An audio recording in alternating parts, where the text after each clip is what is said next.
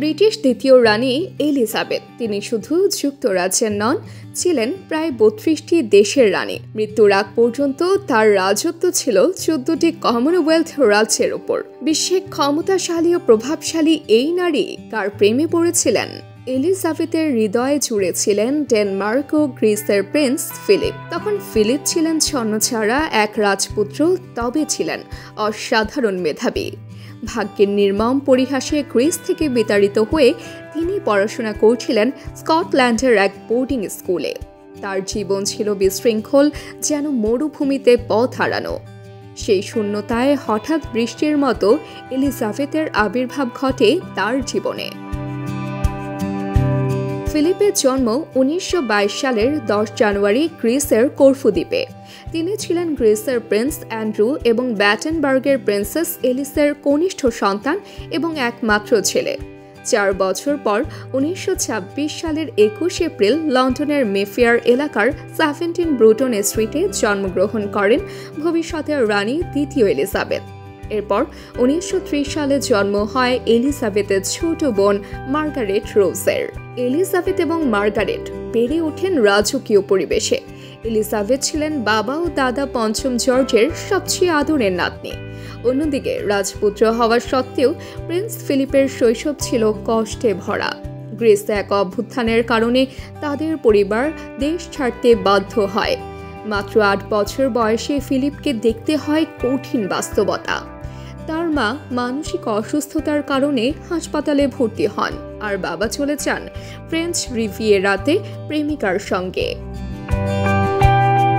এরপর ফিলিপের লালন পালনের দায়িত্ব নেন তার মায়ের আত্মীয় স্বজন। কৈশোরে পড়াশোনা করেন স্কটল্যান্ডের একটি বোর্ডিং স্কুলে। ১৯৩৭ সালে মাত্র ১৫ বছর বয়সে এক বিমান দুর্ঘটনায় তিনি হারান তার এক বোনকে। পরে নিজের স্মৃতিচারণায় ফিলিপ বলেন, আমাদের পরিবার ভেঙে গিয়েছিল। মা ছিলেন অসুস্থ, বোনদের বিয়ে হয়ে গেছে, বাবা ছিলেন ফ্রান্সে। আমাকে সবকিছু মেনে নিতে হয়েছিল। ঠিক সেই সময়ই ফিলিপের জীবনে নতুন আলো হয়ে আসেন এলিজাবেথ। সে সময় ফিলিপ ছিলেন ক্লাসের সেরা ক্যাডেট। ১৯৩৯ সালে রাজা ষষ্ঠ জর্জ তার ২ কন্যা এলিজাবেথ ও মার্গারেটকে নিয়ে সফরে গেলে তখন ১৭ বছর বয়সী ফিলিপের দায়িত্ব পড়ে তাদের দেখাশোনা করার। রানী এলিজাবেথের গভর্নেন্স মেরিয়ন ক্রোফোর্ড পরে জানান, সেদিন থেকেই ফিলিপ এলিজাবেথের মনে আলাদা জায়গা করে নেন। তখন এলিজাবেথের বয়স মাত্র ১৩ বছর। ১৯৪২ সালে ফিলিপ ২০ বছর বয়সে রাজকীয় নৌবাহিনীর কনিষ্ঠতম ফার্স্ট লেফটেন্যান্ট হন। এ সময় তাদের সম্পর্ক আরও ঘনিষ্ঠ হয়। এলিজাবেথ ফিলিপের ছবি ঘরে রাখতেন এবং নিয়মিত চিঠি বিনিময় হতো তাদের মধ্যে। ফিলিপের জীবনীকার ফিলিপ এইটে লিখেছেন, ১৯৪৬ সালের চিঠিগুলো থেকে বোঝা যায় তিনি তখন প্রেমে গভীরভাবে নিমজ্জিত ছিলেন এবং জীবনে নতুন অর্থ খুঁজে পেয়েছিলেন। দ্বিতীয় বিশ্বযুদ্ধের শেষ দিকে এলিজাবেথ অক্সিলিয়ারি টেরিটোরিয়াল সার্ভিসে যোগ দেন এবং লরি চালানো পর্যন্ত শিখে ফেলেন। যুদ্ধ শেষে ইউরোপ জুড়ে উদযাপনের মুহূর্তে তিনি বাকিংহাম প্যালেসের বারান্দায় জনগণের সঙ্গে আনন্দ ভাগাভাগি করেন। কিন্তু তাদের বিয়ের পথে ছিল নানা বাধা। এলিজাবেথ ছিলেন রাজার আদরের মেয়ে, তাই বিদেশি বংশ পরিচয়ের কারণে রাজা প্রথমে ফিলিপকে মেনে নিতে চাননি। সন্দেহ ছিল ফিলিপ কতটা বিশ্বস্ত হবেন। সেই সন্দেহ দূর করতে হবু শাশুড়িকে ফিলিপ একটি চিঠি লেখেন, যেখানে তিনি লিখেছিলেন, আমি জানি জীবনে যত ভালো জিনিস পেয়েছি তার যোগ্য আমি নই।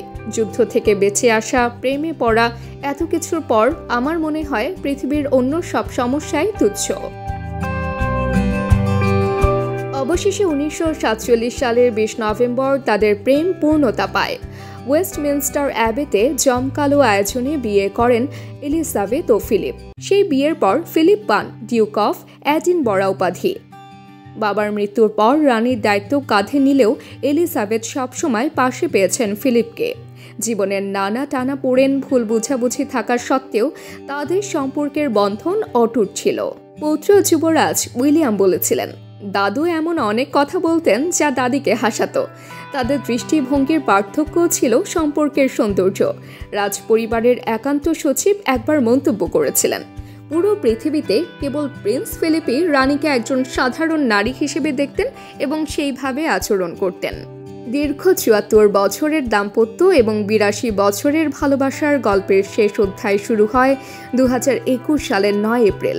সেদিন ৯৯ বছর বয়সে মৃত্যুবরণ করেন প্রিন্স ফিলিপ।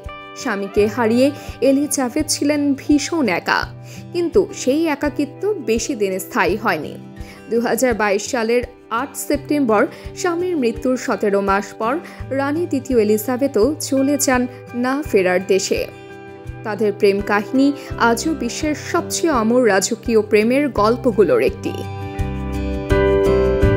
তাবাসসুম হকানিকা, ডেইলি আওয়ার বাংলাদেশ।